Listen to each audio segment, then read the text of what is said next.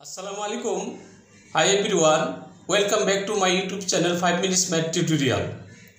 আজকে আমরা আলোচনা করব অনুপাত এবং সমানুপাত সম্পর্কে। সাধারণত আমরা দৈনন্দিন জীবনে অনেক সমস্যার সম্মুখীন হই। আর এই সমস্যাগুলি আমরা অনুপাত এবং সমানুপাতের মাধ্যমে সমাধান করতে পারি। যদি আমাদের অনুপাত এবং সমানুপাতের ধারণা এবং প্রয়োগের ব্যাখ্যা সম্পর্কে আমাদের জ্ঞান থাকে বা এটার দক্ষতা অর্জন করতে পারি, তাইলে যে কোনো সমস্যা আমরা সহজেই সমাধান করতে পারবো। তাহলে আজকে যে আমরা আলোচনা করব এটা হলো সম্পূর্ণ এই অনুপাত সম্পর্কিত। তাইলে শুরু করা যাক ইনশাআল্লাহ। আমরা অনুপাতটা একটু প্রাথমিক ধারণা নেই। যেমন এটা রেখা টানলাম, এটা যদি আমার 5 cm হয়, 5 cm, আর এটা যদি 3 cm হয়, তাইলে এই দুইটা রেখার মধ্যে আমি যে অনুপাতটা নির্ণয় করব, এই দুইটা রেখার মধ্যে কি সম্পর্ক আছে এটা যদি আমি বের করতে চাই, তাইলে আমি এই জিনিসটা ভেবে লিখতে পারি যে 5:3, মানে এরা এই আনুপাতিক হারে এখানে আছে। যেমন প্রথমটা 5, দ্বিতীয়টা হলো 3, তার মানে এদের মধ্যে যে সম্পর্ক, যেমন প্রথমটা 5, দ্বিতীয়টা 3, প্রথমটা যদি 5 সেন্টিমিটার হয় তাহলে দ্বিতীয়টা 3 সেন্টিমিটার হবে। প্রথমটা যদি 5 মিটার হয় তাহলে দ্বিতীয়টা 3 মিটার হবে। প্রথমটা যদি 5 ফুট হয় তাহলে দ্বিতীয়টা 3 ফুট হবে। তার মানে এই আনুপাতিক হারে এটা বাড়তে থাকবে অথবা কমতে থাকবে। যেমন একজনের 10,000 টাকা আছে, অন্যজনের 15,000 টাকা আছে। তো এই টাকার মধ্যে যদি আমরা তুলনা তৈরি করি, তাহলে এইভাবে আমরা লিখতে পারি 10,000 আর অনুপাত 15,000। ঠিক অনুপাতিক যে কোনো সংখ্যাকে আমরা সমসংখ্যক দিয়ে ভাগ অথবা গুণ করতে পারি। তাহলে আমাদের এখানে যদি তিনটা শূন্য আমরা কেটে দিই, তাহলে থাকে 10:15। এটাকে আমরা আরও ছোটো করতে পারি। যদি এটাকে যদি 5 দিয়ে ভাগ করে 2 হয়, ঠিক 15কে 5 দিয়ে ভাগ করলে 3 হয়। তার মানে এরা 2:3 হিসাবে এদের কাছে যে দুইজনের কাছে যে টাকাটা আছে, এই টাকার অনুপাতটা হলো 2:3। ঠিক অনুরূপভাবে বয়সের ক্ষেত্রেও আমরা এটা নির্ণয় করতে পারি। যেমন একজনের বয়স যদি 15 হয়, অপরজনের বয়স যদি এরকম 25 হয়, তাহলে এদের অনুপাতটা আমরা বের করতে পারবো যে এদের বয়সের অনুপাতটা কি। তাহলে আমরা দুটো মাঝখানে অনুপাত চিহ্ন দিয়ে, সাধারণত আমরা যে মাঝখানে দুইটা শূন্যর মতো দিলাম, এটাকে অনুপাত চিহ্ন বলা হয়, আমরা বিভিন্ন জায়গায় ব্যবহার করছি। তাহলে অনুপাত চিহ্ন দিয়ে আমরা এটাকে এভাবে লিখতে পারি 15:25। তাহলে এটাকে আমরা সমসংখ্যক দেওয়া দুইটা রাশিকে আমরা ভাগ করতে পারবো। তাহলে এই 15কে 5 দিয়ে ভাগ করলে 3 হয়, আর 25কে 5 দিয়ে ভাগ করলে 5 হয়। তার মানে এদের বয়সের যে দুইটা লোকের বয়সের যে অনুপাতটা হলো অনুপাত যদি থাকে, তাহলে এই অনুপাতগুলি কিভাবে আমরা সহজেই একত্রিত করব, এই জিনিসটা আমরা আজকে সহজ টেকনিকে শিখব। যেমন এখানে আছে অনুপাত b = 5:6 এবং b অনুপাত c = 4:7 হয়, তবে a অনুপাত b অনুপাত c সমান কত, এটা আমাদের বের করতে হবে। তাহলে এটা যদি আমরা বের করি, তাহলে এইভাবে আমরা লিখতে পারি জিনিসটাকে। যেমন a অনুপাত b হলো 5:6, তাহলে আমি 5:6 লিখলাম। ঠিক b অনুপাত c দেওয়া আছে 4:7, তাহলে b অনুপাত c দেওয়া আছে 4:7। এখন এখানে যে আমার গ্যাপটা আছে, যেমন এখানে a b দেওয়া আছে কিন্তু c নেই, তাহলে c এর জায়গায় আমি কি লিখব, ঠিক এই বরাবর যে 6টা আছে এটার পরে যে সংখ্যাটা 6, এখন আমরা 6 লিখে দেব।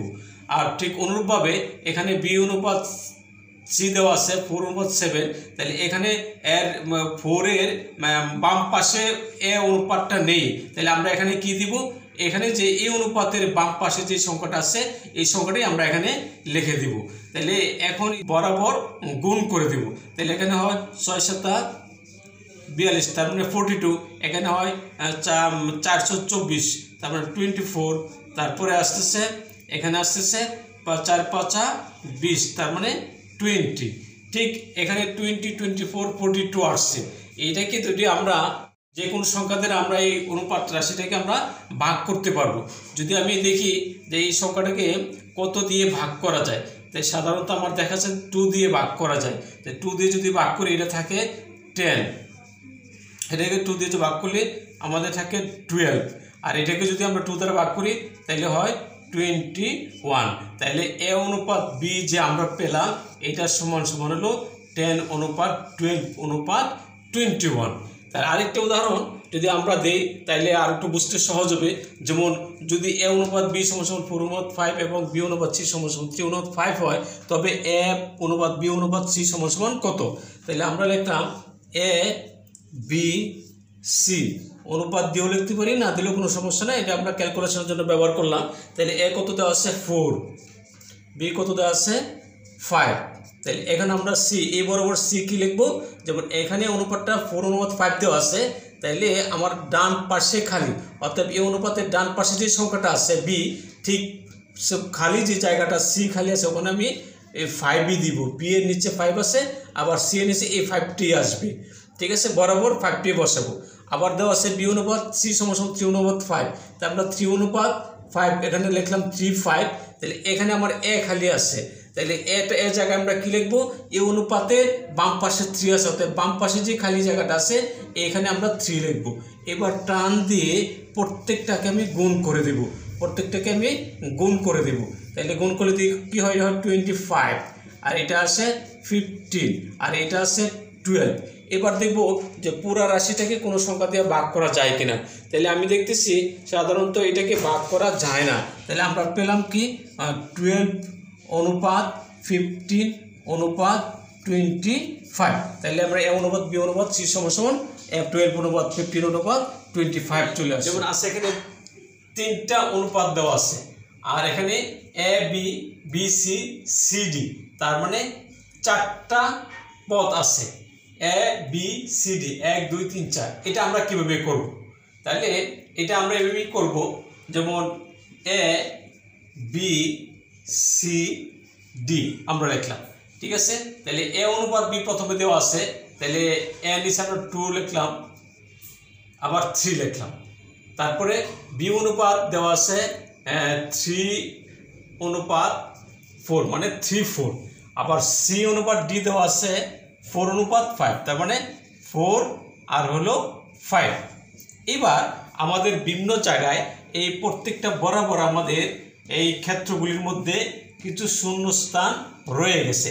এটা আমি কিভাবে পুরা করব? প্রথমে শূন্যস্থানগুলি পূরণ করতে হবে। যেমন a বরাবর আছে 2 এর নিচে এই যে এখানে আমাদের 3 আছে, এই যে অনুপাতটা, এই অনুপাতটা যে আমাদের এখানে আছে, যেটা ছিল আমাদের b অনুপাত c এর, তাহলে এখানে বামের যে ঘরটা খালি বামের সংখ্যা দিয়ে পূরণ করে দিব, ডানের যে ঘরটা খালি ডানের সংখ্যা দিয়ে আমরা পূরণ করে দেব।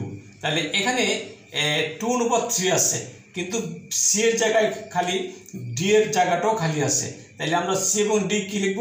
যেহেতু ডান পাশের ঘরগুলি খালি, এই অনুপাতের যে ডান পাশে যে সংখ্যাটা আছে এটা দিয়ে আমরা এটাকে পূরণ করে দেব। তাহলে এটা হলো 3, আর এটাও 3 হবে। ঠিক অনুরূপভাবে সর্বশেষে এখানে আমরা 4 এবং 5 অনুপাত ছিল, এই অনুপাতে আমাদের বামে 2টা ঘর খালি আছে। তাহলে বামের 2টা ঘর আমরা কিভাবে পুরা করব? যেহেতু বামের যে সংখ্যাটা আছে এই বামের সংখ্যাটা দিয়ে আমি 2টা ঘরকে পুরা করে দেব।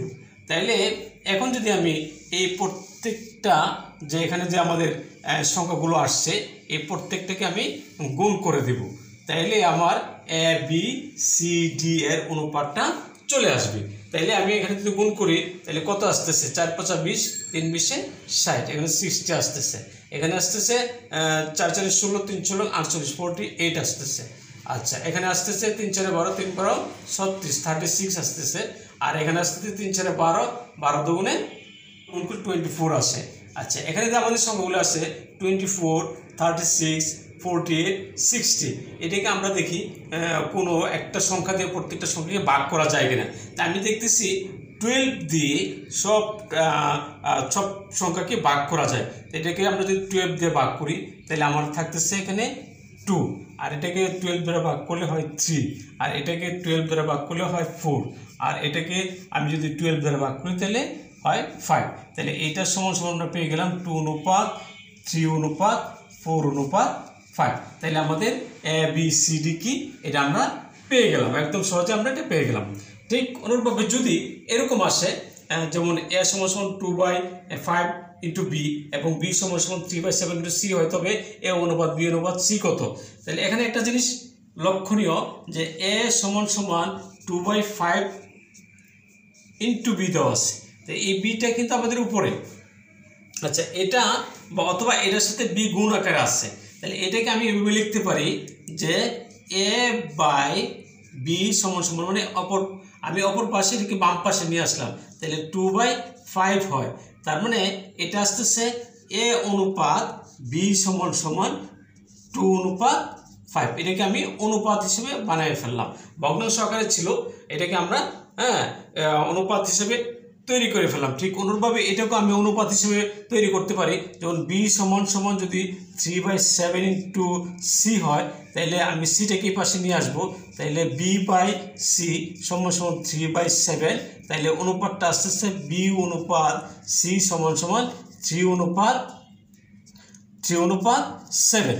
এবার আমরা এ বি এবং বি সিকে একটা অনুপাত বানিয়ে ফেলবো, তাহলে আমরা এ বি সি কী কী আসে, যেমন এ বি থেকে 2 এবং 5, তাহলে 2 এবং 5 এ বি থেকে, আবার বিসি থেকে বিসি অনুপাত থেকে 3 এবং 7, তাহলে আমরা 3 আর 7। এখন যে ঘরগুলি অপূর্ণ রয়ে গেছে এগুলো আমরা পূরণ করব, তাহলে এইটার বরাবর আছে আমাদের সি, তাহলে এটা 5 লিখবো, আর এই বরাবর আছে আমাদের এ, তাহলে এটা আমরা এই বরাবর, যেমন এটা 3 দ্বারা আমরা এটাকে পূরণ করে ফেলবো 3, যেহেতু এই পাশে এটা এই অনুপাতের বাম পাশে 3 আছে, তাহলে বাম পাশে করে আমি 3 দিয়ে পূরণ করবো। এই অনুপাতে ডান পাশে 5 ছিল, তো ডান পাশের সংখ্যাটা 5 ছিল, অর্থাৎ ডান পাশের ঘরটা আমরা 5 দিয়েই পূরণ করব। এখন আমরা এই প্রত্যেকটাকে গুণ করে দেব, তাহলে গুণ করে দিলে কি হচ্ছে 5 ইন্টু 7 35, তারপরে 5 ইন্টু 3 15, আবার 2 ইন্টু 3 6।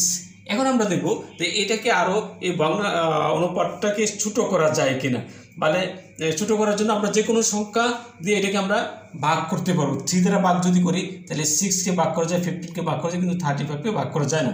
5 দিয়ে 2টাকে ভাগ করা যায়, 6কে ভাগ করা যায় না, অর্থাৎ এটাই আমাদের অ্যান্সার। তাইলে আমাদের এ অনুপাত বি অনুপাত সি হচ্ছে 6:15:35। আজকের এই ভিডিও আপনাদের কাছে ভালো লেগে থাকে তাহলে অবশ্যই কমেন্ট করে জানাবেন, এবং যদি ভিডিওটা ভালো লাগে তাহলে অবশ্যই লাইক দিবেন আর শেয়ার করে আমি নিজেও শিখি, অপরকে শিখাই। কীভাবে অপরকে শিখাবো, এই ভিডিও শেয়ারের মাধ্যমে আমি অপরকে শিখাতে পারি। আর যারা আজকে আমার ভিডিওর মধ্যে আপনারা নতুন, তারা অবশ্যই সাবস্ক্রাইব করে বেল বাটনটি অন করে আমার পাশেই থাকুন, যাতে করে আমার সমস্ত ভিডিও নোটিফিকেশনগুলি আপনারা সহজেই পেয়ে যেতে পারেন। আর যারা অলরেডি সাবস্ক্রাইব করেছেন তাদেরকে অসংখ্য ধন্যবাদ। Thank you so much. আসসালামু আলাইকুম ওয়া রাহমাতুল্লাহি ওয়া বারাকাতুহু। সবার কাছে দোয়ার দরখাস্ত।